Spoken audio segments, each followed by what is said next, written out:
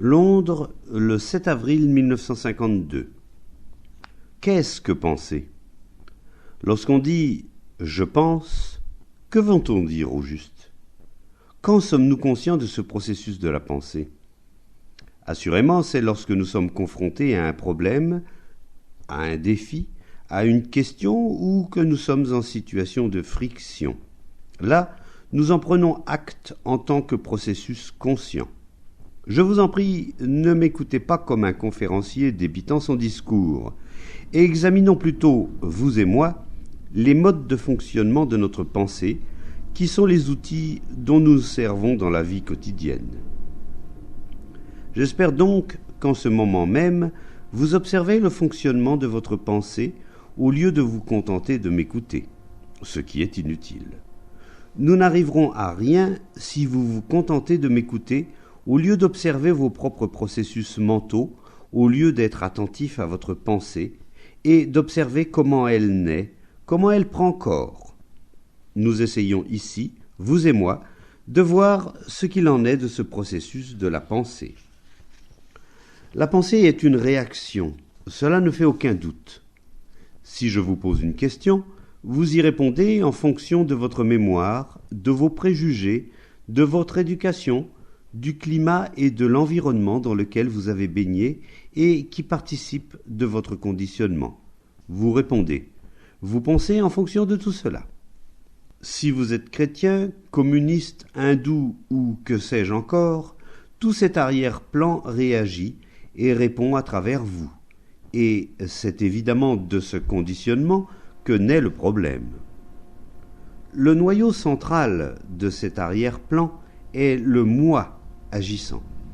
Tant que cet arrière-plan, ce processus de pensée, ce moi qui est à la source du problème n'ont pas été appréhendés, tant qu'il n'y est pas mis fin, nous sommes voués au conflit de toutes parts.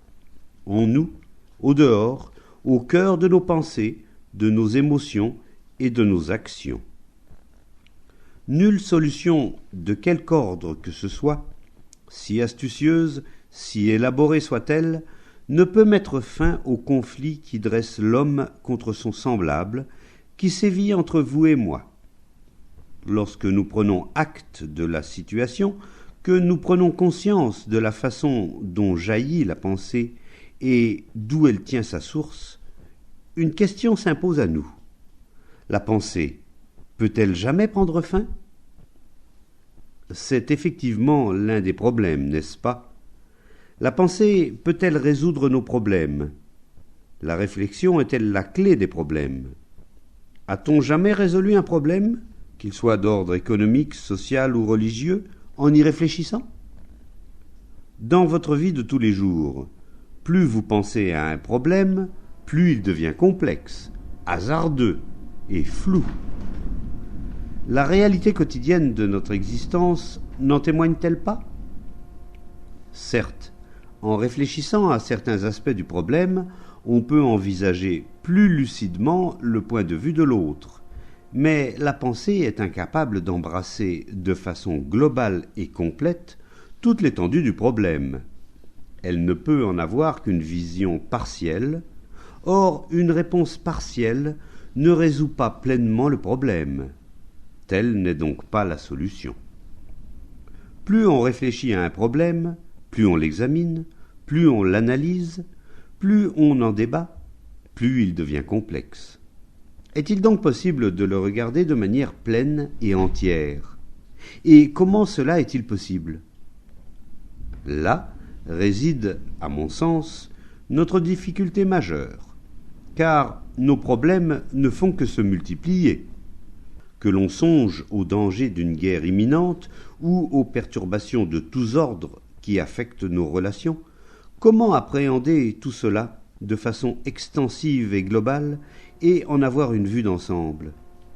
Évidemment, le problème ne peut être résolu que si nous pouvons l'embrasser dans sa totalité, et non par fragments isolés. Dans quelles circonstances cela est-il possible? Cela ne peut évidemment se faire que lorsque ce processus de pensée, qui a sa source dans le moi, dans l'ego, dans cet arrière-plan de tradition, de conditionnement, de préjugés, d'espoir, de désespoir, a cessé d'exister. Nous est-il possible de comprendre cet ego? Non en l'analysant, mais en voyant les choses telles qu'elles sont, en prenant conscience en tant que fait et non en tant que théorie.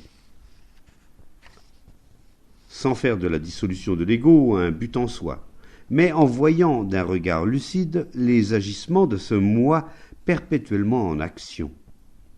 Pouvons-nous le regarder sans le moindre geste susceptible de le détruire ou de l'encourager? Là est toute la question, n'est-ce pas? Si en chacun d'entre nous il n'y a pas de centre, s'il n'y a plus de moi, avec sa soif de pouvoir, de réussite sociale, d'autorité, et cette aspiration à se perpétuer, à se préserver, c'est la fin assurée de nos problèmes.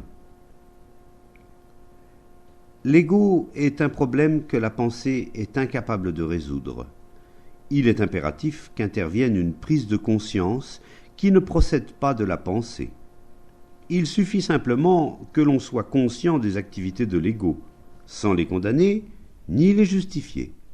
Car si votre prise de conscience est orientée vers un objectif, celui de découvrir comment résoudre le problème ou de vouloir le transformer et obtenir un résultat, on ne sort toujours pas du cadre de l'ego, du moi.